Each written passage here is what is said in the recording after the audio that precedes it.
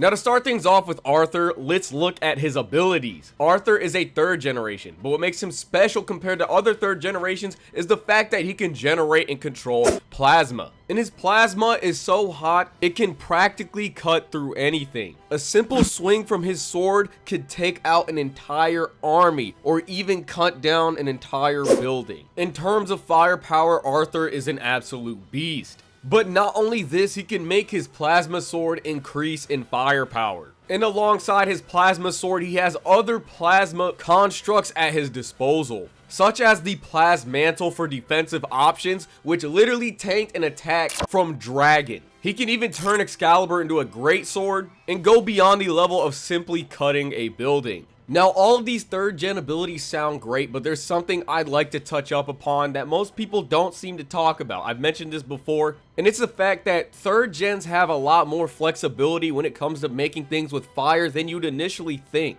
And this would give them unlimited resourcefulness in combat. So every single 3rd generation can generate fire and make things out of fire. And there's absolutely no limits to that. When you look at the character's specific ignition ability, for example, like Arthur making a sword out of plasma, Shinra shooting flames from the bottom of his feet, and other character-specific abilities, these characters are not limited to doing that. It seems more or less as if that's what they specialize in doing. For example, Shinra's ability is shooting fire from the bottom of his feet, but that doesn't limit him at all. After all, he creates sides to fight with. Same with Arthur. Arthur makes fire come out of Excalibur, and that's his ignition ability. But that does not limit him to creating or doing other things with his fire creation. And we get a clear-cut example of that with Arthur creating the Plasmantle. There are other moments when characters do things with their fire abilities that aren't limited to just their ignition abilities. Arthur could practically make anything out of fire just like any other 3rd gen, and he could probably even shoot plasma lasers or just shoot you with straight up plasma if he really wanted to, because every character in this series that's a 3rd gen could just generate generic fire and burn you with it. We see multiple regular enemies in the series create weapons out of thin air like it's nothing and shoot fireballs or lasers. We have not seen Arthur directly do these things because he has a preferred style of combat. But just because we don't see him use fire this way, that does not mean he's not capable of using it that way. As a 3rd generation, he is more than capable of making a generic fireball or plasma ball and throwing it, if push really came to shove. So Arthur does practically have unlimited resourcefulness with fire. He could probably generate a night shield just like how he generated a Plasmantle and block any attack. This power system is based on the imagination, and the only thing that's limiting you is your imagination. Joker can make a devil face out of fire. He can make words out of fire. Generic enemies can make swords out of fire. Shinra is capable of making scythes on his legs, and it's no different with Arthur. Now for Arthur's key techniques. He knows the Breath of Life, and the Breath of Life is actually very broken. Not only can Arthur see through illusions, but he can look through feints and distractions. He can basically sense your attack and react to it. But the only downside is it seems as though if somebody is in a completely different league than you in terms of speed, it's not helping. You could sense somebody's attack, but if it's too fast for you to dodge, then you're kinda out back. Now, when it comes to these other abilities that Arthur has, this is basically the part where things are going to get crazy, because this man Arthur has the ability to do anything. After playing Dragon Quest, Arthur gets the powers from Dragon Quest, uses Zoom, and can instantly teleport to Professor Giovanni. Also, keep in mind this is base form Arthur at his peak. When I say these guys can do anything and cause weird things to happen, that is not a joke. Dragon causes a physical manifestation of his own despair to appear, and it takes the form of a deep sea volcano. And this volcanic region literally just suddenly manifests out of nowhere because of their imaginations. It would seem this ability would also allow Arthur to do things that would naturally defy the laws of physics, like running across clouds. At some point, it gets so crazy that Arthur can breathe in space, destroy stars, split the planet in half, and then defy death. He comes back from the dead. This guy's just a monster. But can this monster truly take on the real star of this show, Black Star? So the first thing we should cover would be Black Star's weaponry. When Black Star uses Tsubaki, she has multiple forms. The forms of a chain scythe, ninja sword, smoke bomb, shuriken, and finally the uncanny sword mode. But then Black Star also has upgraded versions of every single one of these weapons. With his Shadow Star form, Chain of Blackness, Leaf of the Moonlit Night, Severed Shadow, Branch Darkness, and finally Masamune. I'm only going to be talking about the stronger versions of these weapon forms because those are practically the only ones that he's going to be using because they're better than the originals. So let's look at them.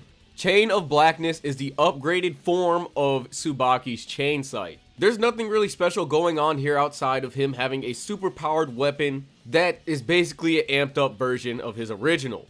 Now on to Leaf of the Moonlit Night. This is actually an amped up version of the shuriken. Whenever it is thrown or slashes, it seems as though it leaves behind a trail of shadow that can also cut the opponent. But not only this, Leaf of the Moonlit Night can also follow an opponent, set itself up for an attack, and significantly boost Black Star's damage if he punches through its ring. And if the shuriken rotates fast enough, it can create a giant wind blast.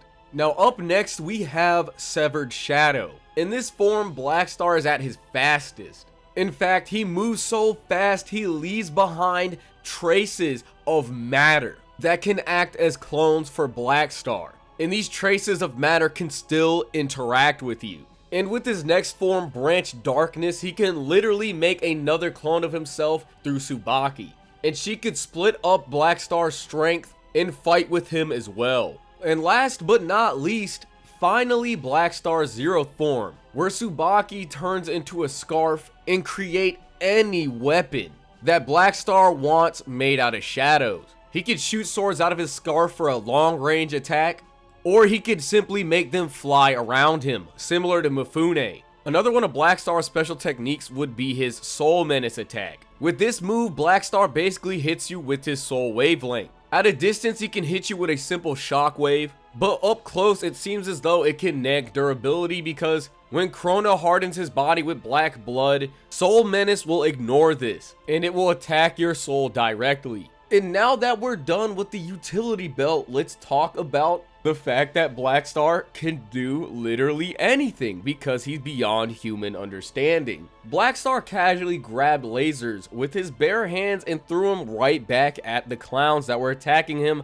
on the moon. But not only this, he deflected lasers with his bare hands. He literally tanked a nuke-sized attack from the Kishin, swallowed it and spit it out, makes a projection of a warrior god, and while fighting the Kishin, randomly decides that he wants to fly. Now that we've got both of these characters' utility belts out of the way and done, let's talk about some lore things and then decide who is ultimately going to win. Now Arthur has some pretty decent combat ability as he fights infernals every single day, and has fought cultist members of the White Robes and even Dragon. But as far as I observed, I feel like this pales in comparison to Black Star's combat ability entirely. Not only did Black Star defeat the god of the sword, he fought a Shinigami, a god, and surpassed him in strength and combat ability. Black Star even trained one-on-one with Dr. Stein and surpassed him.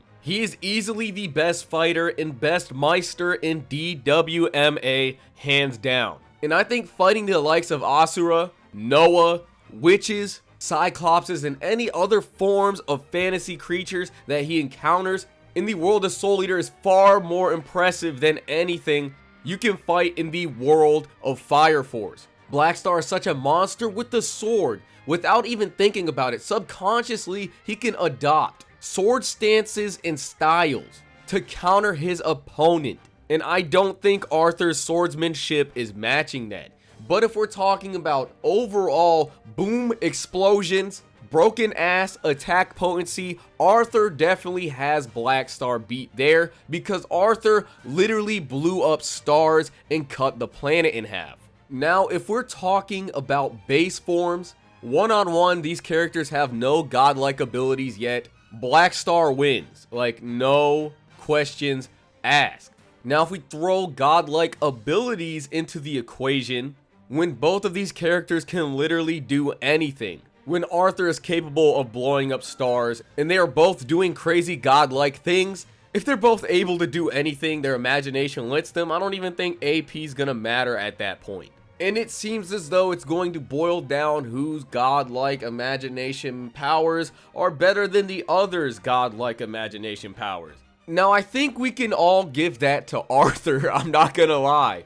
But, honestly, I still feel like it's debatable. But the thing that kind of made me put Blackstar over Arthur is the fact that at the end of the series, Blackstar is training to be able to beat the Kishin all by himself. And you see him training, practicing his levitation. But there's one thing that's very special about this. When Blackstar says he's training to beat the Kishin by himself, he is talking about without Tsubaki. He is doing godlike things right now without Tsubaki. So it brings the question, at this moment in the story, how strong would Blackstar be if he were to wield Tsubaki at this point? Because think of it like this, right? Him and Arthur were both able to do anything. Now, Blackstar is debuffed right here in this panel because he's not using Tsubaki, and he's doing godlike things without Tsubaki.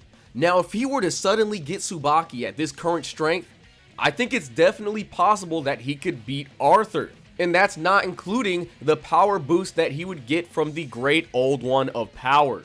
So to give a final concluding answer, if we're talking about no holds barred, this man Arthur is winning. So Arthur's already broken, right?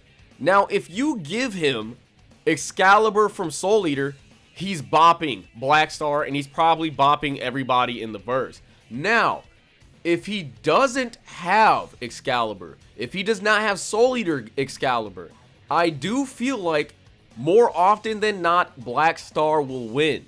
But then there's the fact that Arthur, at the end of Fire Force, all these guys get a power boost. So you got a guy like Obi who's ripping up the planet now, and people with strong souls were stronger than what they were. So if Obi's ripping up the planet, what is Benimaru and what is Arthur doing? It's just really hard to determine because there are a lot of questions that are unanswered. But in conclusion, if Arthur is using Excalibur from Fire Force, I really feel like he's losing, and it's mainly because of this thing in the ending. Blackstar is getting so strong that the day that he's fighting the Kishin is not that far off, and he's fighting the Kishin by himself. Now, if you were to take that same Blackstar and give him Tsubaki, I think he's definitely winning. But if you give Arthur Excalibur from Soul Eater, he's winning this fight easily and probably slapping the entire verse. Now, let me know what you guys think in the comment section below. That's just my take on this fight. I hope you guys enjoyed the video. Don't forget to like and subscribe. Let me know what videos you want in the comment section below, because this was a viewer recommended video, and maybe I'll cover yours next. But with all that being said, I will see you guys in the next video. Y'all take it easy.